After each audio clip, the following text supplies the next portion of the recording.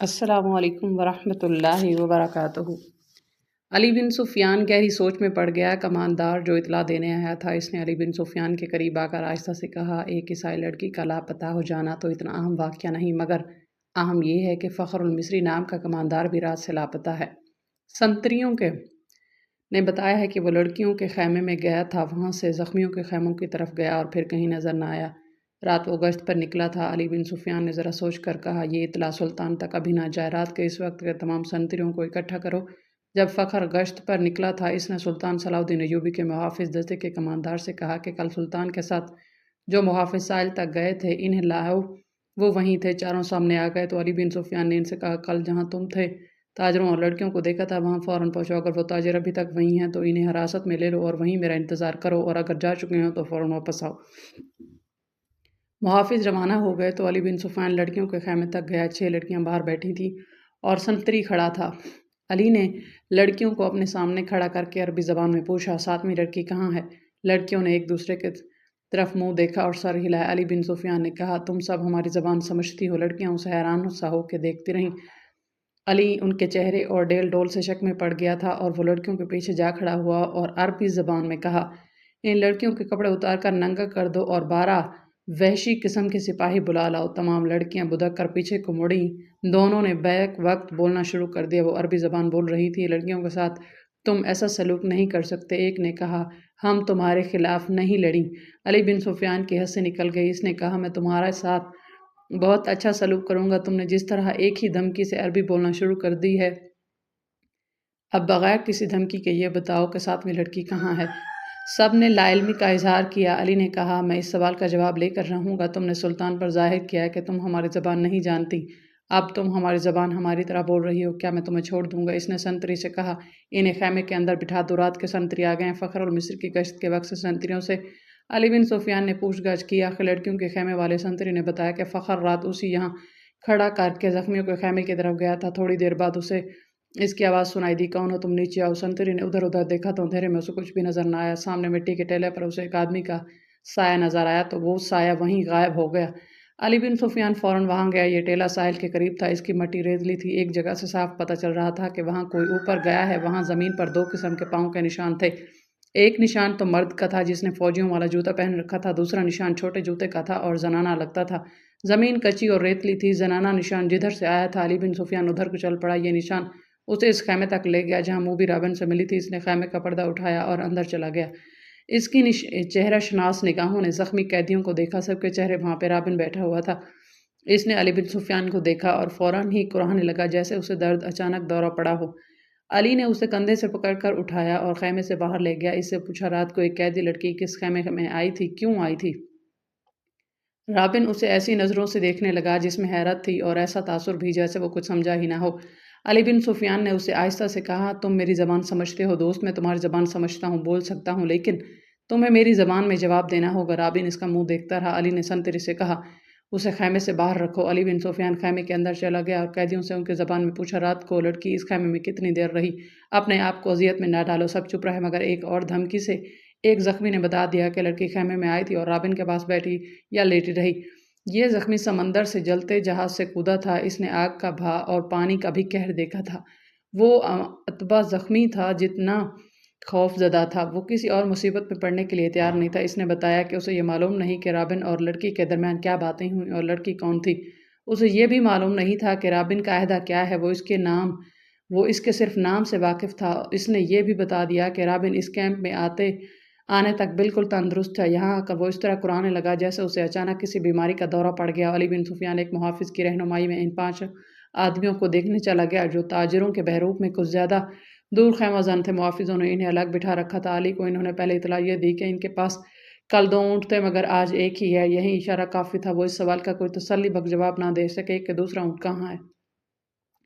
دوسرے اونٹ کے پایوں کا نشان مل گیا۔ علی بن سفیان نے انہیں کہا، تمہارا جرم معمولی چوری چکاری نہیں، تم ایک پوری سلطنت اور اس کی تمام تر آبادی کے لیے خطرہ ہو، اس لیے میں تم پر ذرا بھر رحم نہیں کروں گا۔ کیا تم تاجر ہو؟ ہاں، سب نے سر ہلا کر کہا، ہم تاجر ہیں جناب، ہم بے گناہ ہیں۔ علی بن سفیان نے کہا، اپنے ہاتھوں کی الٹی طرف میرے سامنے کرو۔ 5 نے ہاتھ الٹے کر کے آگے کر دیے۔ علی نے سب کے بائیں ہاتھ کے انگوٹھے اور شہادت کی انگلی کی درمیانی جگہ کو دیکھا اور ایک آدمی کو کلائی سے پکڑ کر گھسیٹ لیا۔ اسے کہا کمان اور ترکش کہاں چھپا رکھی ہے؟ اس آدمی نے معصوم بننے کی بہت کوشش کی۔ علی نے سلطان صلاح الدین ایوبی کے ایک محافظ کو اپنے پاس بلا کر اس کے بائیں ہاتھ کی الٹی طرف اسے دکھائی اور اس کے انگوٹھے اور الٹی طرف اس جگہ جہاں انگوٹھا ہتھیلی کے ساتھ ملتا ہے، یعنی جہاں جوڑ ہوتا ہے، وہاں ایک نشان تھا۔ ایسا نشان اس آدمی کے انگوٹھے کے جوڑ پر بھی تھا۔ علی نے اسے اپنے محافظ کے متعلق بتایا، یہ سلطان صلاح الدین ایوبی کا بہترین تیر انداز ہے اور یہ نشانہ اس بات کا ثبوت ہے کہ یہ تیر انداز ہے۔ اس کے انگوٹھے کی الٹی طرف ایک مدھم سا نشان تھا جس سے وہاں بار بار کوئی چیز رگڑی جاتی ہو۔ یہ تیروں کی رگڑ کے نشان تھے۔ دائیں ہاتھ سے پکڑا جاتا ہے، کمان بائیں ہاتھ سے پکڑی جاتی ہے، تیر کا اگلا حصہ بائیں ہاتھ کے انگوٹھے پر ہوتا ہے اور جب تیر کمان سے نکلتا ہے تو انگوٹھے پر رگڑ کھا جاتا ہے۔ ایسا نشان ہر ایک تیر انداز کے ہاتھ میں ہوتا ہے۔ علی بن سفیان نے کہا، ان پانچوں میں تم اکیلے تیر انداز ہو، کمان اور ترکش کہاں ہے؟ پانچوں چپ رہے۔ علی نے ان پانچوں میں سے ایک کو پکڑ کر محافظ سے کہا، اس کو اس درخت کے ساتھ باندھ دو۔ اسے کھجور کے درخت کے ساتھ کھڑا کر کے باندھ دیا گیا۔ علی نے اپنے تیر انداز کے کان میں کچھ کہا۔ تیر انداز نے کندھے سے کمان اتار کر اس میں تیر رکھا اور درخت سے باندھے ہوئے آدمی کا نشانہ لے کر تیر چھوڑا۔ تیر اس آدمی کی دائیں آنکھ میں اتر گیا، وہ تڑپنے لگا۔ علی نے باقی چاروں سے کہا، تم میں کتنے ہیں جو صلیب کی خاطر اس طرح تڑپ تڑپ کر جان دینے کو تیار ہیں؟ اس کی طرف دیکھو۔ انہوں نے دیکھا، وہ آدمی چیخ رہا تھا، تڑپ رہا تھا، اس کی آنکھ سے خون بری طرح بہہ رہا تھا۔ میں تم سے وعدہ کرتا ہوں، علی بن سفیان نے کہا، کہ باعزت طریقے سے تم سب کو سمندر پار بھیج دوں گا۔ دوسرے اونٹ پر کون گیا ہے؟ کہاں گیا ہے؟ تمہارا اپنا ایک کماندار ہمارا ایک اونٹ ہم سے چھین کر لے گیا ہے، ایک آدمی نے کہا، اور ایک لڑکی بھی۔ علی بن سفیان نے کہا۔ تھوڑی ہی دیر بعد علی بن سفیان کے فن نے ان سے اعتراف کروا لیا کہ وہ کون ہیں اور کیا کیا ہیں، مگر انہوں نے یہ جھوٹ بولا کہ لڑکی رات خیمے سے بھاگ آئی تھی، اور انہوں نے بتایا کہ صلاح الدین ایوبی نے رات اسے خیمے میں رکھا تھا، اس نے شراب پی رکھی تھی اور لڑکی کو بھی پلائی تھی، اور لڑکی گھبراہٹ اور خوف کے عالم میں آئی تھی۔ اس کے تعاقب میں فخر المصری نام کا ایک کماندار آیا، اور اس نے جب لڑکی کی باتیں سنی تو اسے ہمارے اونٹ پر بٹھا کر زبردستی لے گیا۔ انہوں نے وہ تمام بہتان علی بن سفیان کو سنائے جو لڑکی نے سلطان صلاح الدین ایوبی پر لگائے تھے۔ علی نے مسکرا کر کہا، تم 5 تربیت یافتہ عسکری اور تیر انداز اور ایک آدمی تم سے لڑکی بھی لے گیا اور اونٹ بھی۔ اس نے انہی کی نشاندہی پر زمین میں دبائی ہوئی کمان اور ترکش بھی نکلوائی۔ ان چاروں کو خیمہ گاہ میں بھجوا دیا گیا۔ 5واں آدمی تڑپ تڑپ کر مر چکا تھا۔ اونٹ کے پاؤں کے نشان صاف نظر آ رہے تھے۔ علی بن سفیان نے نہایت سرعت سے 10 سوار بلائے اور انہیں اپنی کمان میں لے کر اس طرح روانہ ہو گیا جدھر اونٹ گیا تھا، مگر اونٹ کی روانگی اور اس کے تعاقب میں علی بن سفیان کی روانگی میں 14-15 گھنٹوں کا فرق تھا۔ اونٹ تیز تھا اور اسے آرام کی بھی زیادہ ضرورت نہیں تھی۔ اونٹ پانی اور خوراک کے بغیر 6-7 دن تر و تازہ رہ سکتا ہے، اس کے مقابلے میں گھوڑوں کو رات میں کئی بار آرام، پانی اور خوراک کی ضرورت ہوتی ہے۔ ان عناصر نے تعاقب ناکام بنا دیا۔ اونٹ نے 14-15 گھنٹوں کا فرق پورا نہ ہونے دیا۔ فخر المصری نے تعاقب کے پیش نظر قیام بہت کم کیا تھا۔ علی بن سفیان کو راستے میں صرف ایک چیز ملی، یہ ایک تھیلا تھا۔ اس نے رک کر تھیلا اٹھایا، کھول کر دیکھا، اس میں ایک اور تھیلا تھا، اس میں بھی وہی چیزیں تھیں۔ علی بن سفیان کے سونگنے کی تیزی اس نے اسے بتا دیا کہ ان اشیاء میں حشیش ملی ہوئی ہے۔ راستے میں اسے جگہ سے ایسے آثار ملے جن سے پتہ چلتا تھا کہ یہاں اونٹ رکا ہے اور سوار یہاں بیٹھے ہیں۔ کھجوروں کی گٹھلیاں، پھلوں کے بیج اور چھلکے بکھرے ہوئے تھے۔ تھیلے نے اسے شک میں ڈال دیا۔ اس کے ذہن میں یہ شک نہ آیا کہ فخر المصری کو حشیش کے نشے میں لڑکی اپنے محافظ کے طور پر ساتھ لے جا رہی ہے۔ تاہم اس نے تھیلا اپنے پاس رکھا، مگر تھیلے کی تلاشی اور قیام نے وقت ضائع کر دیا۔ فخر المصری اور وہ بھی منزل پر نہ بھی پہنچے اور راستے میں بھی پکڑے جاتے تو کوئی فرق نہ پڑتا۔ سوڈانی لشکر میں ناجی اور ان کے ساتھی جو زہر پھیلا چکے تھے وہ اثر کر گیا تھا۔ فاطمی خلافت کے وہ فوجی سربراہ جو برائے نام جرنیل اور دراصل حاکم بنے ہوئے تھے، سلطان صلاح الدین ایوبی کو ایک ناکام امیر اور بیکار حاکم ثابت کرنا چاہتے تھے۔ مسلمان حکمران حرم میں ان لڑکیوں کے اسیر ہو گئے تھے۔ حکومت کا کاروبار خود ساختہ افسر چلا رہے تھے، منمانی اور عیش و عشرت کر رہے تھے۔ وہ نہیں چاہتے تھے کہ صلاح الدین ایوبی جیسا کوئی مذہب پسند اور قوم پرست قائد قوم کو جگا دے اور حکمرانوں اور سلطانوں کو حرم کی جنت سے باہر لا کر حقائق کی دنیا میں لے آئے۔ سلطان صلاح الدین ایوبی کے پہلے مارکوں سے جو اس نے اپنے چچا شیر کوہ کی قیادت میں لڑے تھے، یہ لوگ جان چکے تھے کہ اگر یہ شخص اقتدار میں آ گیا تو اسلامی سلطنت کی مذہب اور اخلاقیات کی پابندیوں میں جکڑ لے گا۔ لہٰذا انہوں نے ہر وہ داؤ کھیلا جو سلطان صلاح الدین ایوبی کو چاروں شانے چت گرا سکتا تھا۔ انہوں نے درپردہ صلیبیوں سے تعاون کیا اور ان کے جاسوسوں اور تخریب کاروں کے لیے زمین ہموار کی، اور اس کے رستے میں چٹانیں کھڑی کی۔ اگر نور الدین زنگی نہ ہوتا تو آج نہ صلاح الدین ایوبی کا تاریخ میں نام ہوتا، نہ آج نقشے پر اتنا زیادہ اسلامی ممالک نظر آتے۔ نور الدین زنگی نے ذرا سے اشارے پر بھی سلطان صلاح الدین ایوبی کو کمک اور مدد بھیجی۔ صلیبیوں نے مصری فوج کے سوڈانیوں کے بلاوے پر بحیرہ روم سے حملہ کیا تو نور الدین زنگی نے اطلاع ملتے ہی خشکی پر صلیبیوں کی ایک مملکت پر حملہ کر کے ان کے لشکر کو مفلوج کر دیا جو مصر پر حملہ کرنے کے لیے جا رہا تھا۔ یہ تو سلطان صلاح الدین ایوبی کا نظام جاسوسی ایسا تھا کہ اس نے صلیبیوں کا بیڑا غرق کر دیا۔ اب علی بن سفیان نے زنگی کی طرف برق رفتار قاصد یہ خبر دینے کے لیے دوڑائے تھے کہ سوڈانیوں کی بغاوت کا خطرہ ہے اور ہماری فوج کم بھی ہے، 2 حصوں میں بھی بٹ گئی ہے۔ قاصد پہنچ گئے اور نور الدین زنگی نے خاصی فوج کو مصر کی طرف کوچ کا حکم دے دیا تھا۔ بعض مورخین نے اس فوج کی تعداد 2000 سوار اور پیادہ لکھے اور کچھ اس سے زیادہ بھی بتاتے ہیں۔ بہرحال نور الدین زنگی نے اپنی مشکلات اور ضروریات کی پرواہ نہ کرتے ہوئے سلطان صلاح الدین ایوبی کی مشکلات اور ضروریات کو اہمیت اور اولویت دی، مگر اس کی فوج کو پہنچنے کے لیے بہت دن درکار تھے۔ مسلمان نام نہاد فوجی اور دیگر سرکردہ شخصیتوں نے دیکھا کہ مصر میں سلطان صلاح الدین ایوبی کے خلاف بے اطمینانی اور بغاوت پھوٹ رہی ہے، تو انہوں نے اسے حوادی در پردہ سوڈانیوں کو اکسایا اور اپنے مخبروں کے ذریعے یہ بھی معلوم کر لیا کہ سوڈانیوں کے سالاروں کو مروا کر خفیہ طریقے سے دفنا دیا گیا ہے۔ سوڈانی لشکر کے کم رتبے والے کماندار سالار بن گئے اور صلاح الدین ایوبی کی اس قلیل فوج پر حملہ کرنے کے منصوبے بنانے لگے جو مصر میں مقیم تھے۔ وہ سلطان صلاح الدین ایوبی کی آدھی فوج اور سلطان کی دارالحکومت سے غیر حاضری سے فائدہ اٹھانا چاہتے تھے۔ منصوبہ ایسا تھا کہ جس کے تحت 50,000 سوڈانی فوجی سیاہ گھٹا کی طرح مصر کے آسمان سے اسلام کے چاند کو روپوش کرنے والے تھے۔ علی بن سفیان قاہرہ پہنچ گیا۔ وہ جن کے تعاقب میں گیا تھا ان کا اس سے آگے کوئی سراغ نہیں مل رہا تھا۔ اس نے اپنے ان جاسوسوں کو بلایا جو اس نے سوڈانی ہیڈ کوارٹر اور فوج میں چھوڑ رکھے تھے۔ ان میں سے ایک نے بتایا کہ گزشتہ رات ایک اونٹ آیا تھا، اندھیرے میں جو کچھ نظر آ سکا وہ 2 سوار تھے، ایک عورت ایک مرد۔ جاسوس نے یہ بھی بتایا کہ وہ کون سی عمارت میں داخل ہوئے تھے۔ علی بن سفیان کو یہ اختیار حاصل تھا کہ وہ وہاں پر چھاپا مارتا۔ سوڈانی فوج سلطنت اسلامیہ کی فوج تھی، کوئی آزاد فوج نہیں تھی، مگر علی نے اس خدشے کے پیش نظر چھاپا نہ مارا کہ یہ جلتی پر تیل کا کام کرے گا۔ اس کا مقصد صرف یہ نہیں تھا کہ موبی اور فخر المصری کو گرفتار کرنا ہے، بلکہ اصل مقصد یہ تھا کہ سوڈانی قیادت کے عزائم اور آئندہ منصوبے معلوم کیے جائیں تاکہ پیش بندی کی جا سکے۔ اس نے اپنے جاسوسوں کو نئی ہدایت جاری کی۔ جاسوسوں میں غیر مسلم لڑکیاں بھی شامل تھیں جو عیسائی اور یہودی نہیں تھیں۔ یہ قبہ خانوں کی بڑی ذہین اور تیز ترار لڑکیاں تھیں، مگر علی بن سفیان نے ان پر کبھی 100% بھروسہ نہیں کیا تھا کیونکہ وہ دوگلا کھیل بھی کھیل سکتی تھیں۔ ان لڑکیوں سے بھی موبی کا کوئی سراغ نہ مل سکا جس کے تعاقب میں علی آیا تھا۔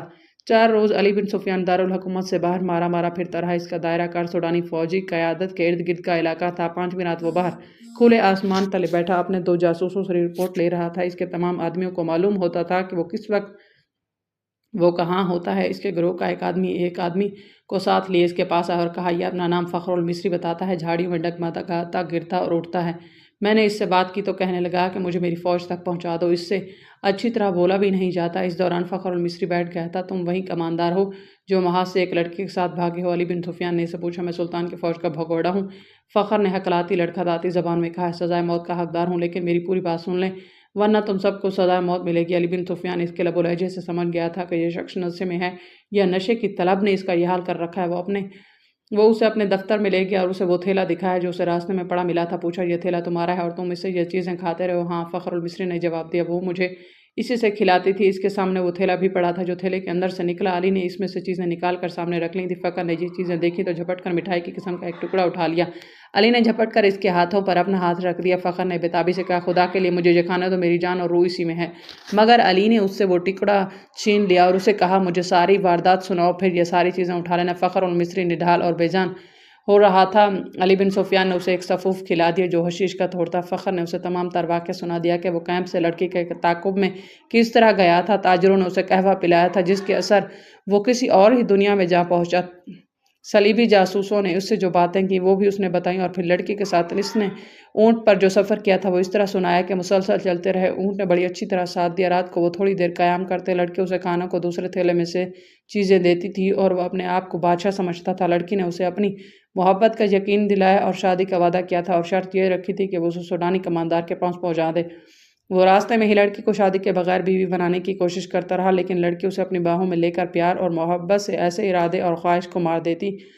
فخری نے محسوس تک نہ کیا کہ لڑکی اسے حشیش اور اپنے حسن و شباب کے قبضے میں لیے ہوئے۔ تیسرے پڑاؤ میں جب انہوں نے کھانے پینے کے لیے اونٹ روکا تو تھیلا غائب پایا جو اونٹ کے دوڑنے سے کہیں گر پڑا تھا۔ لڑکی نے اسے کہا کہ واپس چل کر تھیلا ڈھونڈ لیتے ہیں، لیکن فخر المصری نے کہا کہ وہ بھگوڑا فوجی ہے، خدشہ ہے کہ اس کا تعاقب ہو رہا ہو۔ لڑکی ضد کرنے لگی کہ تھیلا ضرور ڈھونڈیں گے۔ فخر نے اسے یقین دلایا کہ بھوکا مرنے کا کوئی خطرہ نہیں، راستے میں کسی آبادی سے کچھ لے لیں گے، مگر لڑکی آبادی کے قریب جانا نہیں چاہتی تھی اور کہتی تھی کہ واپس چلو۔ فخر المصری نے اسے زبردستی اونٹ پر بٹھایا اور اس کے پیچھے بیٹھ کر اونٹ کو اٹھایا اور دوڑا دیا۔ وہ سفر کی تیسری رات تھی۔ اگلی شام وہ شہر سے